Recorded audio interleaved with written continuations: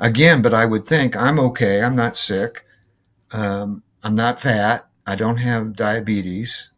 A1C went from like 5.6 to 8.5. Jamie, how did you find carnivore? Hi, Dave.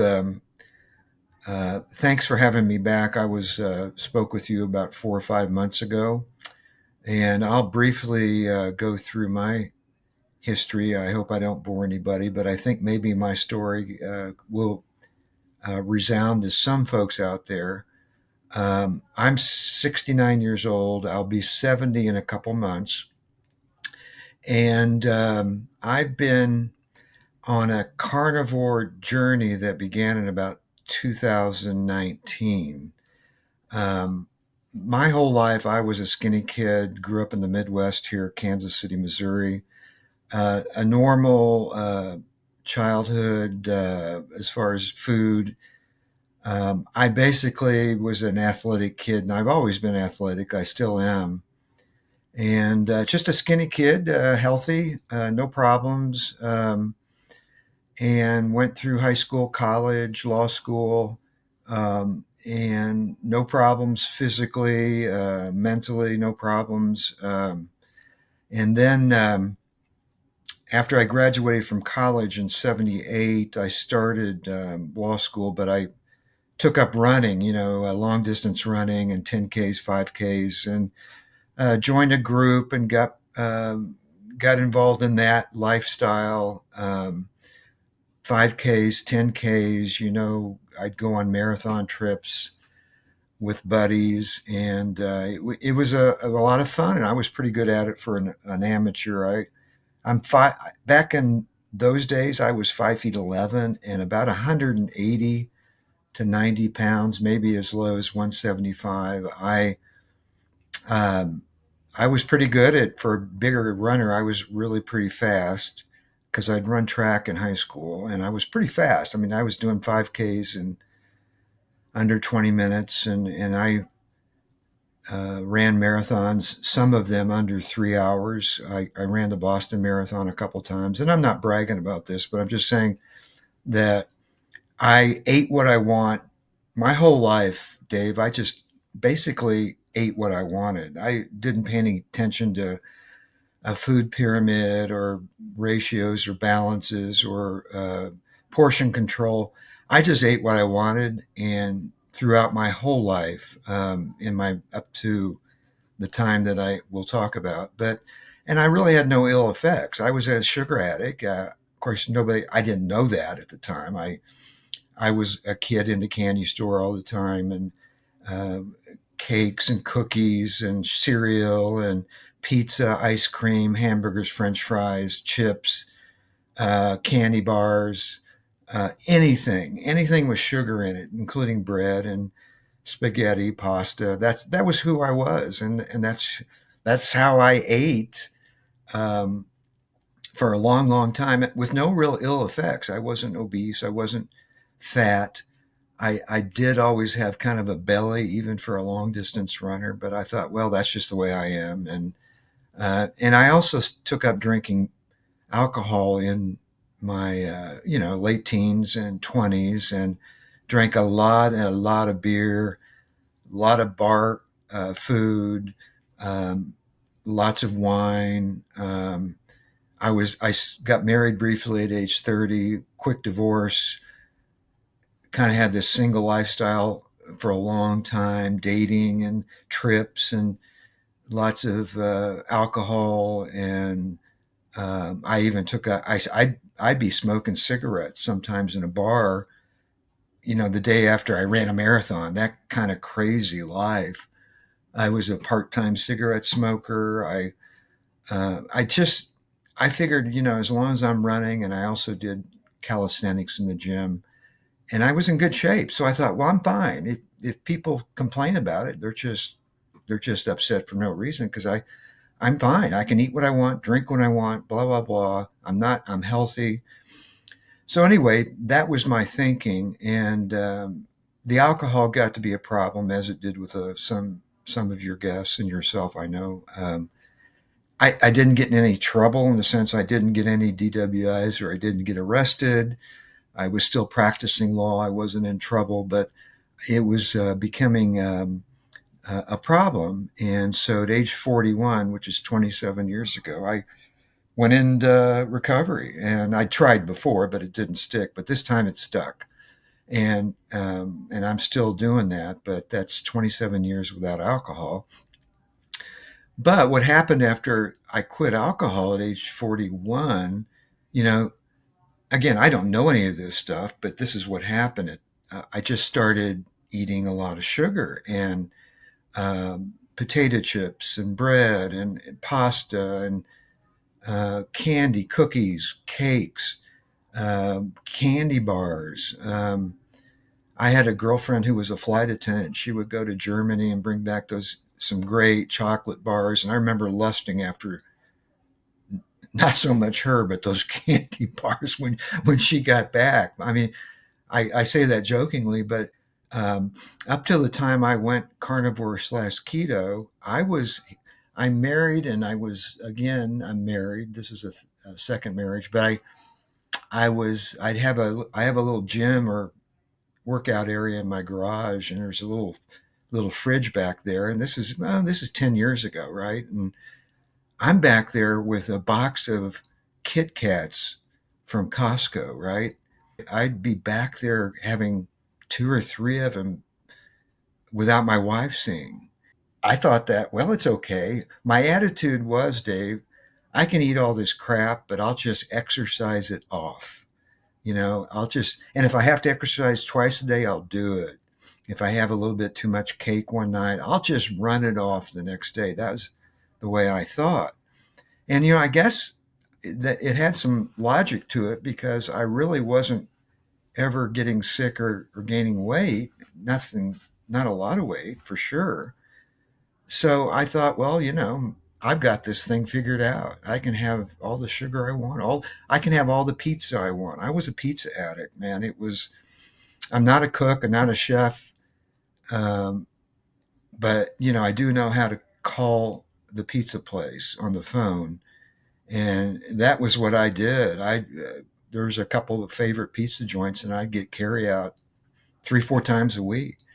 And I could eat a whole pretty good sized pizza, and my wife would have maybe a couple pieces, and I'd finish the rest. And if it wasn't done then, it'll be done the next morning. And I just thought, hey, this is fine. I go to Costco and get a large frozen pizza and sit there and watch an old movie, and eat the whole thing again. But I would think I'm okay. I'm not sick. I'm not fat. I don't have diabetes. I go to the doctor every, couple of years since age 40. And, the numbers they weren't great, but they weren't waving a prescription pad at me, the doctors. My cholesterol would be maybe a little under 200, and the blood sugar would be 95, the fasting blood sugar, and HDL would be over 40, and the PSA for prostate cancer was low. So everything was okay as far as the doctors were concerned. Of course, I don't know any better about health. I am so ignorant at those days about nutrition and blood work and all that. I had no clue. I just thought, well, it is true you should eat low fat and get that piece of chicken breast that's the size of your fist without any skin on it, and some whole grain rice and fruit and vegetables. Eat all the vegetables you want. I heard that for years. We all did. Well, that's what you do. I didn't even follow that though. I just kind of ate what I wanted, and that included steaks. But if I had a steak, it would be with French fries or potatoes or a big thick salad with everything on it and bread and all. So, but then as I kept up the exercise, I kept up that lifestyle, which was a good thing. And I had some buddies in the running community, and one guy um, said in about 2015, I guess.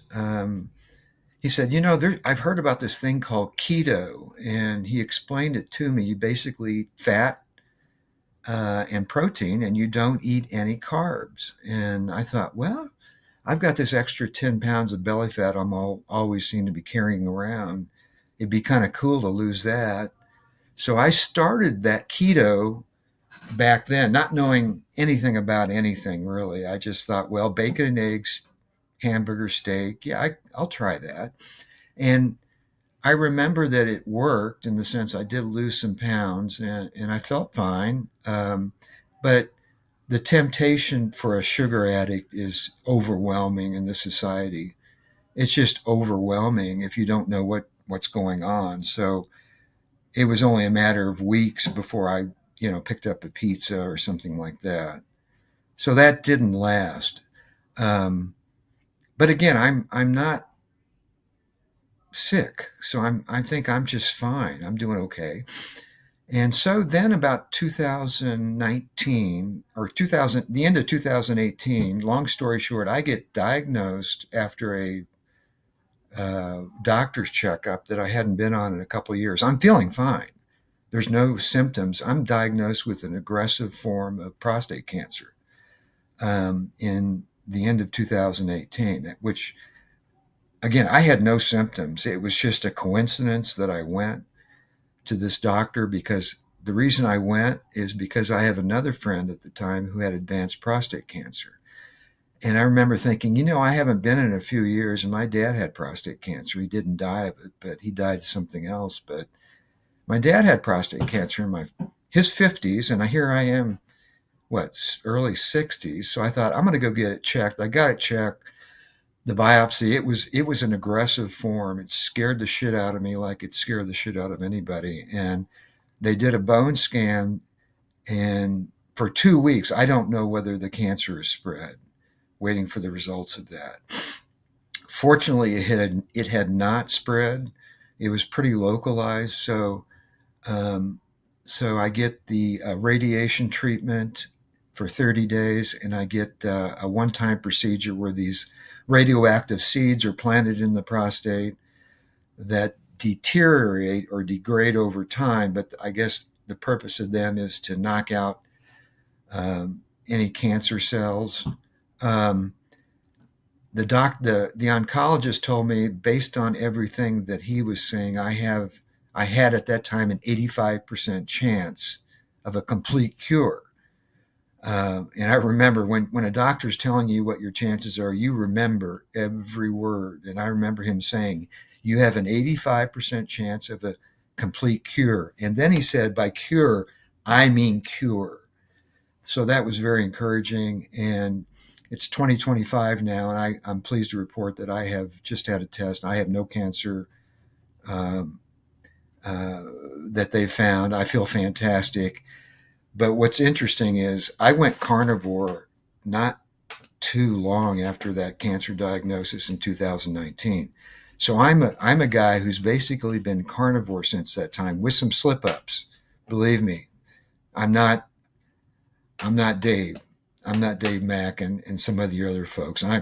I have had some major slip ups since then, but I have not had cancer. So I'm a, N equals one guy, but I've been basically zero sugar when no cancers come back. And the reason I went after I got this diagnosis, I thought, well, I just don't have a lot. I didn't have any faith then, but I really don't now in the medical community and lifestyle. I have no faith, no confidence, and that's increased exponentially since 2019. I have no trust or faith in lifestyle MDs in this country, period, or nutritionists, or anybody who's trying to give anybody advice about what to eat is usually wrong. And not only wrong, they're 100% wrong. So, but there are exceptions, and we know all the exceptions out there. Dr. Sean Baker and Anthony Chafee, and on and on. We all know the names, and I started finding these folks in 2019. I remember the first taste of alternative dialogue I heard from the medical community was there was a low carb MD podcast. I don't hear it mentioned much, but those two docs, including one of them is Dr. Tro, I started listening to them in the morning when I was walking the dogs.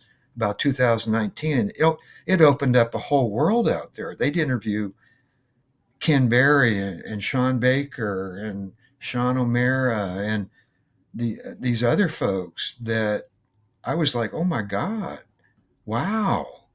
Um, it's okay to eat steak and fat. And carbs of any kind are bad. And I started, um, my eyes started opening like, well, shit.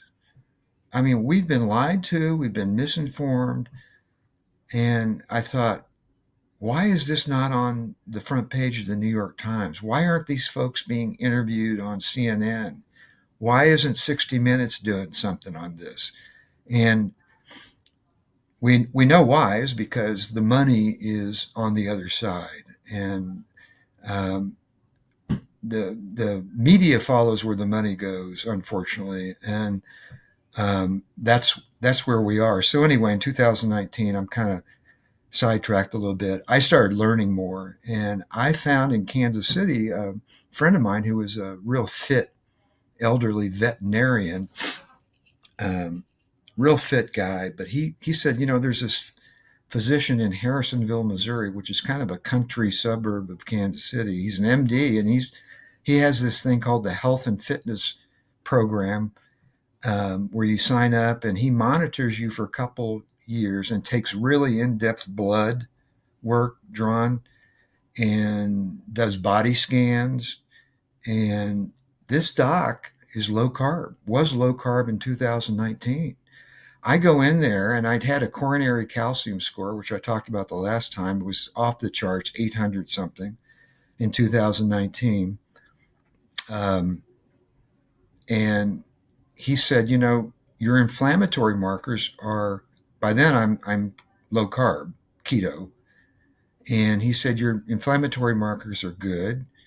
This calcium is probably old stuff that's calcified, and you should be okay as long as you keep everything low carb. And he wasn't carnivore, but I'm real low carb by then. And because then I'm learning more that cancer loves sugar, and that there's no benefit to eating anything with vegetables and fruit. And um, so I start feeling better, losing some weight, going to him. I'm eating high fat. I'm eating steaks and eggs and fish, fatty fish, and just feeling better. I mean, and the numbers were going like, oh my God, I've been having these lipid panels since I was 40, right? After this carnivore or keto for 6 months, my HDL went up to 90 something at one visit, and my triglycerides were like 70. And it was amazing because for years my HDL had been 40 to 50, and I thought, well, it should be better since I'm running marathons and all this. But all it took was to get off the sugar, and the numbers start falling back, I think, where they're supposed to be. And they've been good since then. Um, the thing is, I have lost, I went to this doc for 2 years, learned a lot. Then, about halfway through, after I'm listening to Sean Baker and Anthony Chafee and yourself and other folks, I said, I've still got, I'm not burning off all this weight. I don't do keto real well. I'm an addict. I'm a cheater when it comes to sugar. And if you give me 20 grams of sugar, I'm going to find a way to stretch that into 50. And before you know it, I'm saying, well, this one time I'll have this piece of cake because whatever reason it is. And once I do that, then all of a sudden there are more reasons next week um, to have, a candy bar or some cookies. And my thinking was clear. And um, I, I thought, you're really not going to be able to do this sugar stuff at all, Jamie. You're not a moderator, and you're going to find a way to cheat on this thing. So I went carnivore. Long story short, this is 2019, six months after I started the keto, after the cancer treatment was finished. I went carnivore and I told this doc, this low carb doc, and he said, well, he said, boy, I've never had a carnivore before as a patient, but hey, it sounds good. I mean, he was fine with it. He just thought, well, it'd be pretty hard to do in this world, but I did it, and my God, everything started. It just went from 90% to 100% as far as the way I felt, um, the way I performed, my thinking. I've got a list of this is so familiar to your folks. And I don't know why these things aren't on the front page of the New York Times. And I'll start with this one thing. When COVID hit, I'm out in the sun a lot reading and just hanging out because everybody shut down and my law practice shut down and I'm home. And I noticed that I tan pretty easily. I'm a fairly dark, but I wasn't getting sunburn. I'd be out there all day and not get sunburned. I thought, well, that's weird. And since then, I've heard everybody else. Nobody's getting sunburn on carnivore. I thought, this is medical news. I mean, what the hell's going on? Why isn't this being on the front page of the newspapers? I mean, it's not just me or a few other people. It's everybody. Obviously, what we're eating is inflaming or damaging our skin in some way. But yet, it's still, oh, put sunscreen on. That's what you need. So the sunburn. I was developing trigger finger, which is an inflammation of the joints in the fingers. I was having that happen. They wanted to do surgery. The quote unquote MD hand surgeon wanted to do surgery after an injection didn't work. And I decided not to do that. And thank God, because I was getting trigger fingers, which is this click, click, click in both fingers when you get up in the morning. And it's just uncomfortable. It's odd. Something's wrong. And it was coming in both hands. Completely went away on carnivore. Hair, skin, nails better. Again, this is something everybody is talking about on these interviews and other places. The joint pain or aches gone or greatly diminished. Body composition, muscles better. I'm up today, this morning, March 5th, 2025. I exercise every morning. I do strength work. I do callus. I get on a rowing machine, indoor rowing machine, a few days a week. That's my cardio. My weight this morning was 180 pounds. That's what I weighed when I graduated from college in 1978. And when I was in my peak running days, that's about what I weighed. I weighed that this morning, and probably with less fat than I had back then. So I must have more muscle.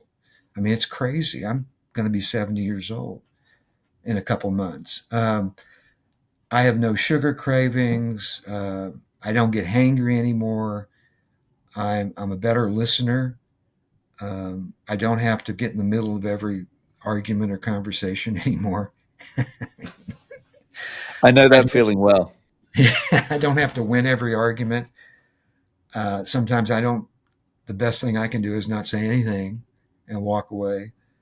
But I get that now. I never got that before. I wanted to get in the middle and win and dominate the dialogue or show how much I knew and how much you didn't know. All self-esteem issues, and my self-esteem is through the roof now. I don't really need validation from the outside world like I used to. I really don't. I don't really care. It's an inside job, and happiness in life, and eating carnivore, eating this way of life has accessed, I think, my true self. I am who I think I'm supposed to be.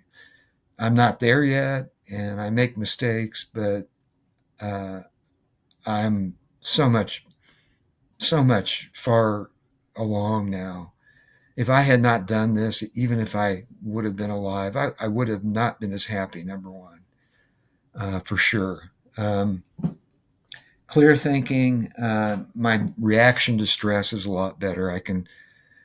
A lot of life is stressful. I mean, I'm still doing this law thing and I'm trying to wind it down. It's really stressful. And I'm just at an age where I've had enough and um, it's not that fun anymore. I mean, so it's still stressful though. I still got some cases but now my reaction to stress is a lot better. I don't know why, other than it's carnivore. I mean, it's no sugar, it's no grains.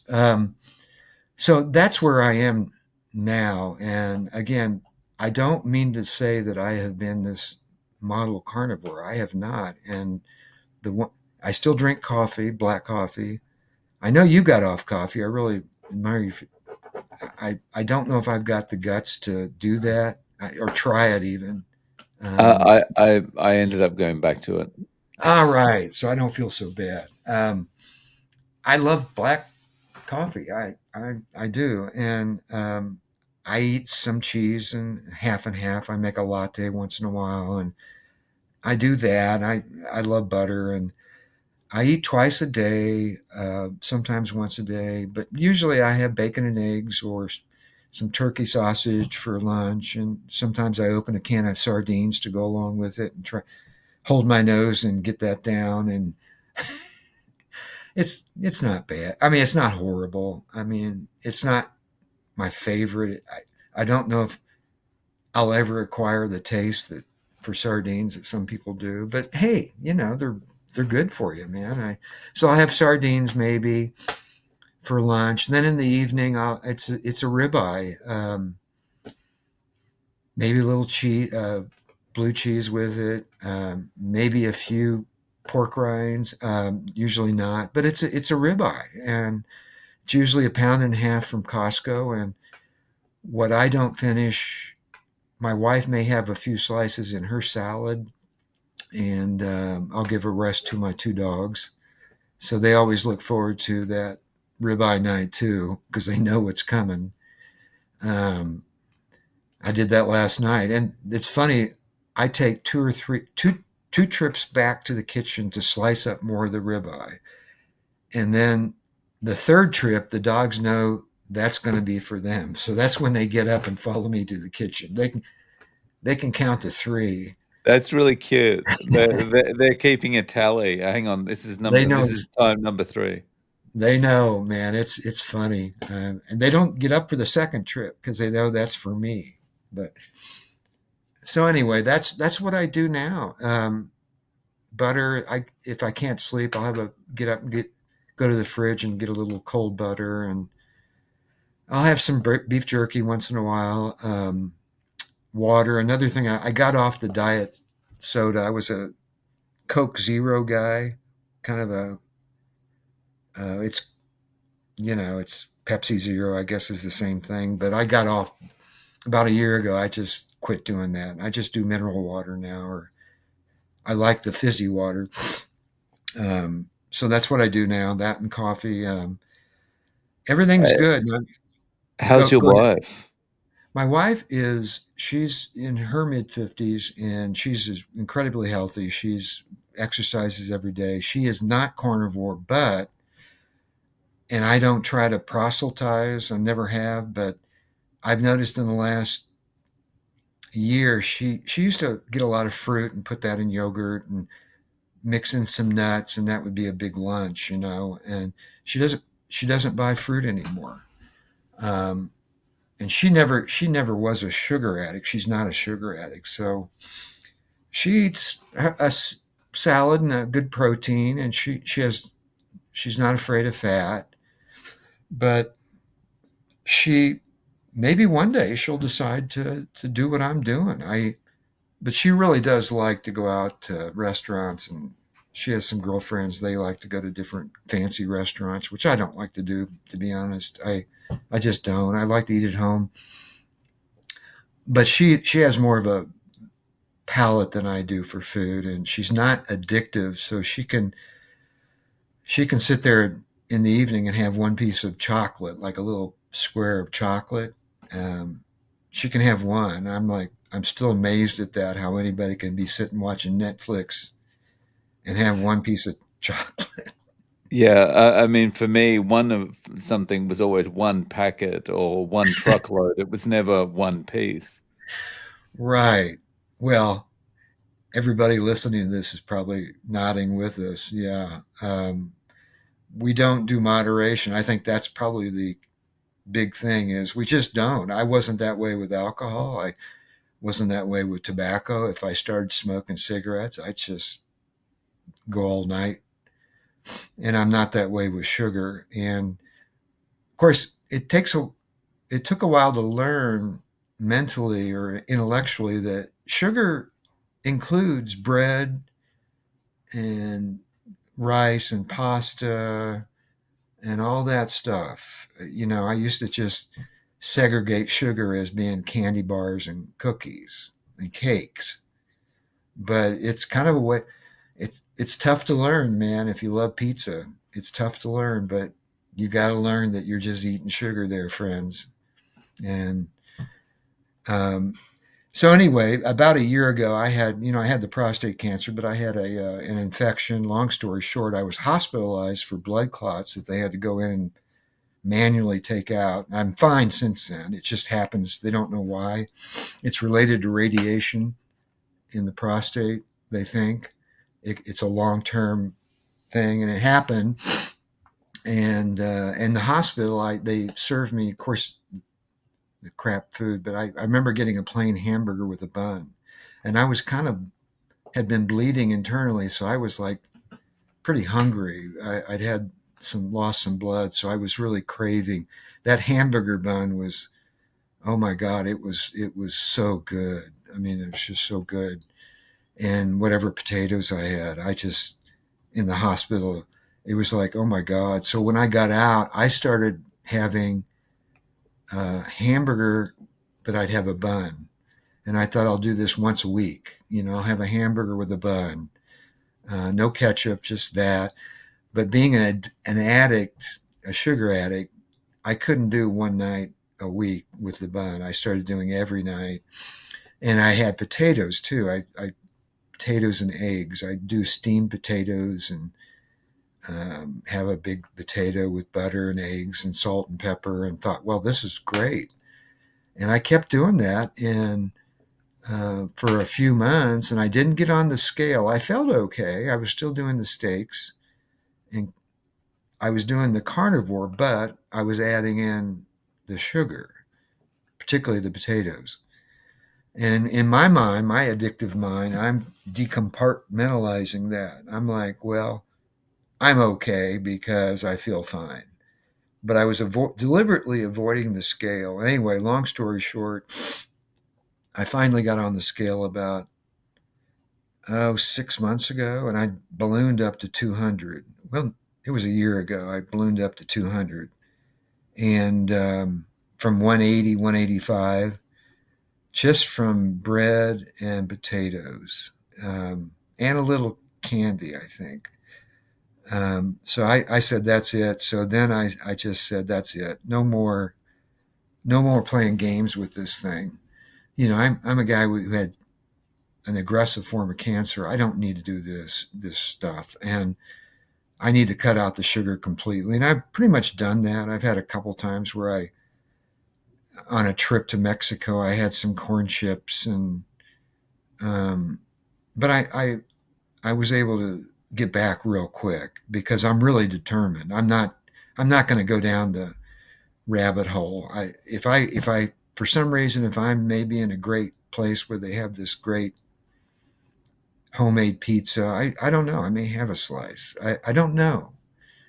I mean, life life is unpredictable sometimes, but I am not. I'm going to be this carnivore the rest of my life. The only caveat is I don't know if I will have a slip up down the road for a day or two. I can't sit here and promise you I'm not going to do that. I can't promise myself I'm not going to do that. Um, I hate to say that. Maybe I'm just not being honest with myself yet. Um, but maybe somebody has some suggestions.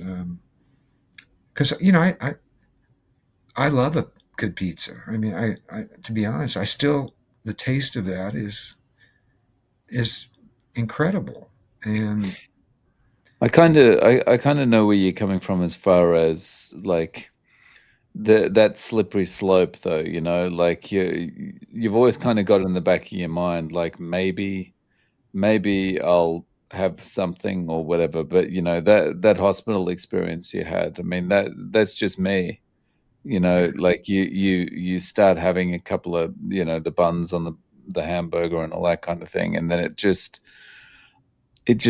gets like you start talking to yourself going, oh, it doesn't matter, and then you realize something's wrong, and then that one day you step on the scale, you go, okay, it's all over.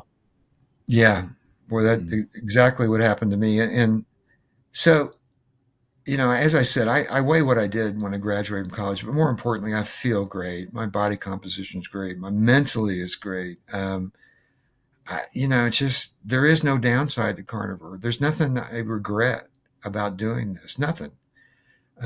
And I think it's even cheaper. I think buying a ribeye it's expensive, 20 25 bucks, but you're not buying all the crap. You're not buying the cakes and cookies and chips and all that stuff. I'm not going out to restaurants as much, which that can go off the charts as far as the cost now. And so really, I think I'm probably not spending as much money, and it sure is simpler. Oh my God, my wife, see, she comes back from the grocery store with all these vegetables and all these ingredients for a salad, and it's good stuff. I mean, if you're into that, but I just have the ribeye, man. It's so simple. It's like I don't have to figure out what I'm doing tonight. As long as there's some meat that's there, some hamburger or ribeye, I'm good to go. I don't even need a cheese. I'm good. Salt, pepper. Yeah, there's no Um, there's no pairing with anything else. It's just like, there, yeah. there's no pairing. Uh, Absolutely no pairing, and my dogs agree with me, and I'm going to stick with it. But what I wanted to say, I know we're kind of um, covered a lot of stuff, but in the last few years, I haven't been back to a doctor like a primary care in several years now because they had. I hate to say, or I'm happy to say to you guys, but I hate to say to the world, they have absolutely nothing to offer me in my life. The last time I went to a I had to talk this doctor into giving me a fasting insulin test. And by the way, since I started carnivore, my fasting insulin went from 13 to 4. Um, my A1C is good. My HDL was up. And cholesterol means nothing, so I'm not even going to say what my cholesterol. It's whatever 200 and LDL's over 100. I could care less. The only thing that matters is that HDL triglyceride thing, and I measured that a few years ago, or it got measured. It was fine. It's going to be fine now. I'm not going back. I mean, if I have something happens to me, yeah, I'll be the first in line to see a doctor for a trauma. But um, as far as wellness, Dave, there's no reason. I mean, the doctors on YouTube are my doctors. I don't need to. I had the prostate cancer, so it's not like they're going to find that now. So what the hell am I going to do? Why go? What's the Right. point? It's kind of this situation you find yourself in where it's like, unless it's broken leg, cancer diagnosis, something like that, I'm better off just listening to my body and staying away because they're just going to give me something I don't need anyway. Exactly, and I've got an experience with that. I'll tell you about in 2019. After my cancer treatment, I had an incident of tachycardia. I was exercising, my heartbeat went fast. Went to a cardiologist for the first time in my life, and I had a coronary calcium score which was 800 something, very very high. Um, but I've since found out that calcium is not a problem in the sense that it's not blocking anything. It's old solidified calcium because I can exercise and I got a stress test and I got all that stuff and everything was fine. My arteries are not blocked, at least enough to do anything. And it was old calcium from years of eating crap, just eating crap that inflamed the arteries. Maybe there was some genetic reason for it along with that, but that's all it was. It wasn't from eating meat. This was laid down for years before I ever went to the cardiologist. But anyway, the cardiologist, because of this high calcium score, I passed the stress test. Everything was fine there, so he couldn't really do anything there. But he gave me a statin. Now, this is 2019. I'm still ignorant. I don't know much about anything. So I took the statin, a torvastatin, and I'm looking at the paper here. And I'm still going to this low carb MD with the health and fitness program.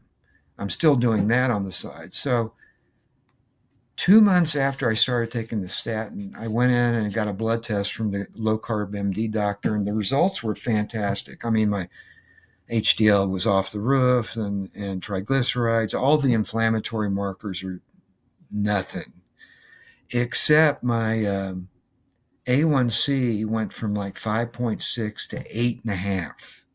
And I remember the nurse who was reading this at the time, she said, "Oh, this must be a lab error because there's no way you went from not even pre-diabetic to full-blown diabetes with all these other numbers." And it said my average glucose was 180, and my blood sugar had always been, normal. And what that was, my friend, in 2 months, that statin made me a diabetic. And I wrote a letter to the cardiologist, or a fax, said, hey, dude, this stuff you gave me, here's the lab results. What's going on here? You never told me about this blood sugar. You made me a diabetic, or this drug did. What's going on? And he said, and he wrote back, or his nurse said, here's another statin that won't raise your blood sugar. Take this one instead. I didn't do it. It's been 6 years. I didn't take the statin. But this doctor, and I'm not personalizing this, but he was a typical uh, doctor, and he gave me a handout, and he and his wife had written a book, and he gave it away free to patients, this cardiologist. It was basically this plant-based um, book for a healthy lifestyle. And I'm trying to see okay, here's what this doctor's handout told me, and your folks will get uh, he said he says human beings basically are hunter gatherers. Okay, that's fine so far. I agree with that. But then he says what you need to do to be a hunter gatherer like our ancestors is uh, consume a diet high in fruit, vegetables, nuts, and berries. Shoot for 5 servings of vegetables and 4 servings of fruit each day. Choose whole grain, high fiber alternatives to refined grains and sugars.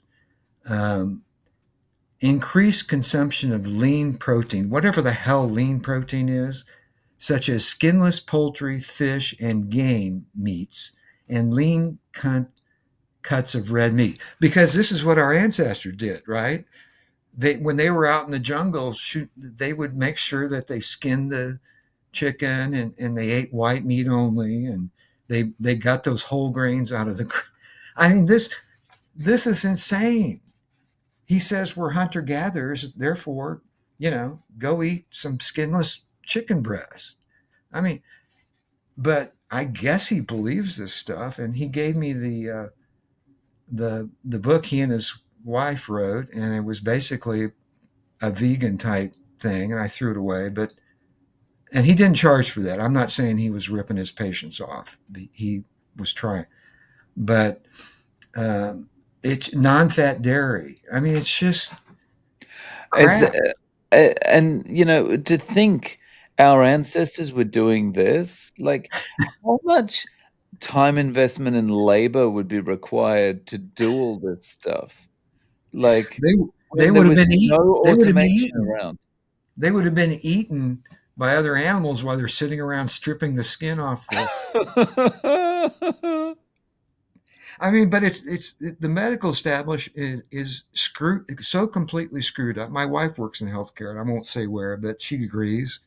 It's so screwed up. It's going down the toilet because people are getting sicker and sicker. This is in the U.S. And it's getting worse and worse and worse. And you got cutting edge cardiologists like this guy um, saying eat all the fruits and vegetables you can, and that'll make you heart healthy.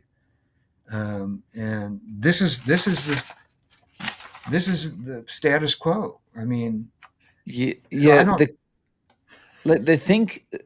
I mean, unfortunately, they're right to an extent, but they think people are blind and stupid because, like, it's like what we've been doing isn't working, so we're gonna do it even more. It's like and most people are just walking around oblivious because everyone's got lives and they're busy and whatever. They're oblivious because no one stops and thinks, "Hang on, this doesn't make any sense." Oh, well, you ask the average person today, March 5th, 2025. Ask the average reasonably educated American what's a healthy diet, and they'll say, well, whole grains and vegetables, whole grain vegetables, fruit, eat so many salt. And if you ask them, what about steak and fatty meat? They say, oh no, no, that's bad for you. Everybody, they all would. Everybody would. I would have 6 years ago. I mean, I would have said meat. Fat's bad. Fat will clog your arteries. Yeah. And you pick up the New York Times or whatever, in any health article, I don't read the crap anymore because I know what they'll call. Their only consultants mass media use is some MD or researcher who's going to spew out the big pharma, big food line that, well, trans fats are bad and sugar may be bad, but you need to eat whole grain and chicken breasts and skinless. And um, it's the same crap. It's insanity. Thank God for the internet. Thank God for YouTube, because there are real doctors out there real doctors who have looked into this, who are telling people the truth. And we all know who they are. And they're not, these are, they're, and we're all living proof that it's working. I mean, so I, it's bottom I up. think one of the really telling things that you can, which makes it so much easier to trust all the doctors who are talking about things like keto and carnivore, is that there's nothing in it for those doctors. You know, they're literally and figuratively going against the grain, right? So they get the scorn of all their peers. Plus, Right. they're telling people go and eat natural food, right? There's no money in this for them, right? So they're losing basically on every front Right. to be honest, So it's like it's very a very kind of noble thing that they're doing. Well, the people, we have to educate ourselves. I mean, we can't look for the medical profession to bail us out of this. We can't look for food or pharma to give us a miracle drug. We have to educate ourselves. So that's on us. And people like you, I mean, you just had your 1,000 interviews. People like you are changing the paradigm. That's how it's got to happen. I mean, believe me, we're not going to get it from the GP or the primary care doc or the dietitian, who is just full of bullshit. I mean, and I say that I that's being kind. I mean, they are hurting people. They're not just saying lies. They're hurting people. Put sunscreen on. Just look at this. crap they feed old people, this Ensure. I mean, it's criminal. I mean, it's in the hospital. Look at the hospital food. I mean, it is not going to change uh, from the top down. When are people going to? When is the media going to do a study about these people who aren't getting sunburned, who are sitting out in the sun? That's a real simple thing to report. Why isn't that being done?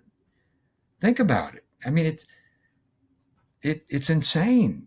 It's Right. so easy to document. It's not like some internet conspiracy.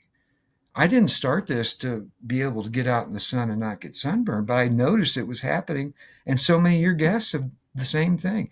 People with fair skin are out in the garden and they're not getting sunburned. What the hell is going on? Why isn't that front and center on in every doctor's office and who is a skin doctor, you know? There's no money to be made. It's I think that it just comes down to that there's no money to be made by telling people to just behave naturally. Stop buying the pills and supplements and going for consultations, and you'll be fine. It's yeah. So, Jamie, if you were giving someone tips on starting carnivore, what would you tell them to do? Well, that's a good question. I've thought of that before, and I know some of your guests have come up with what they would do. I don't have anybody asking me about this because I learned, oh, a few years ago, don't tell people what I'm doing or don't. But people have noticed. They're like, "Wow, you look good. You lost some weight, or you look good. My God, I can't believe you're at what your age is." And my muscles are like there for a 69-year-old guy. It's like they notice when I go to lunch with some of my guy friends that um, I don't eat the sides. I just have the barbecue and maybe some chicken wings that are not deep fried. They're smoked. They notice that, but I don't talk about it. So if I if someone came to me, I would probably just not try to oversell it. I mean, there's one thing that people do not, they dig their feet in. There's two things. One of them, if you tried to change their exercise program and tell them, oh, you shouldn't be doing that, you ought to try this, people shut you off right away. And the second one is, and I've had this happen when I was a keto, trying to tell people that your doctor's full of shit and you really should be eating bacon and eggs. I mean, talk about you sabotage any credibility you have when you do that. And I found that out the hard way. So nobody, if I tell people that you shouldn't eat sugar or sugar's, I think people are waking up to the fact that sugar's bad.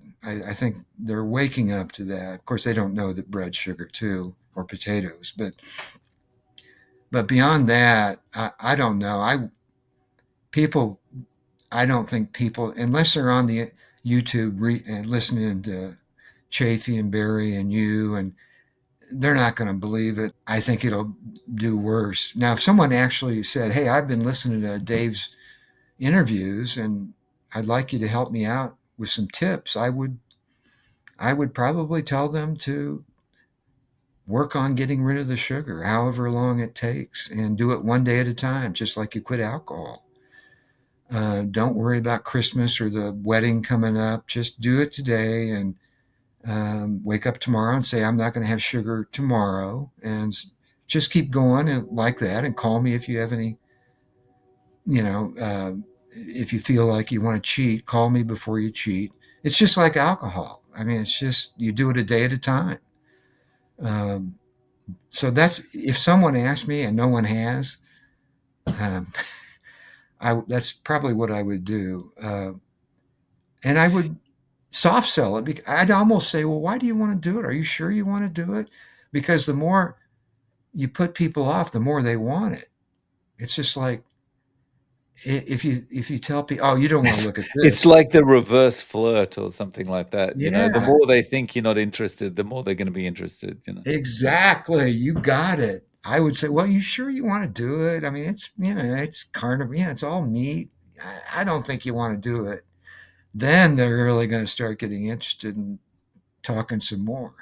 But if you go to them and say, look at me, you need to do this too, it's over, game over. I mean, Yeah. It so just shuts them out, yeah.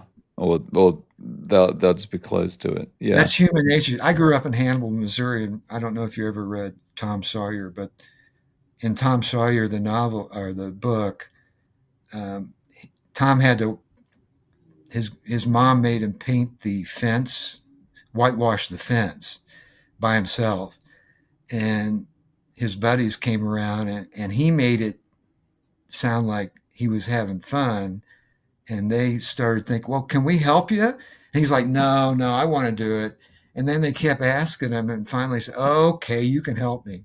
So he talked his buddies into doing the painting. It's a good marketing lesson. Yeah, it Yeah. is. So Jamie, if people wanna reach out to you, do you have any way of getting in contact? Yeah, I've got my email for you. I don't do social media anymore. So I have my email and I'd be happy to respond to anybody, particularly if they're in the Kansas City, Missouri area, share places that serve good steaks or places to get good meats or just to chat about this whole lifestyle. I'd be happy to talk to them because I'm kind of alone here in my area. I don't have people that I hang out with who are carnivore, but and that's fine. But it'd be nice to talk to somebody maybe who is, or anybody who's had prostate cancer, that kind of thing. Anybody wants to know about this low carb MD doctor that I found? I assume he's still doing this. I don't know, and I don't have any stake in that, so it's not like I'm getting a referral fee if I refer someone to him. So yeah, I'd be happy to, Dave.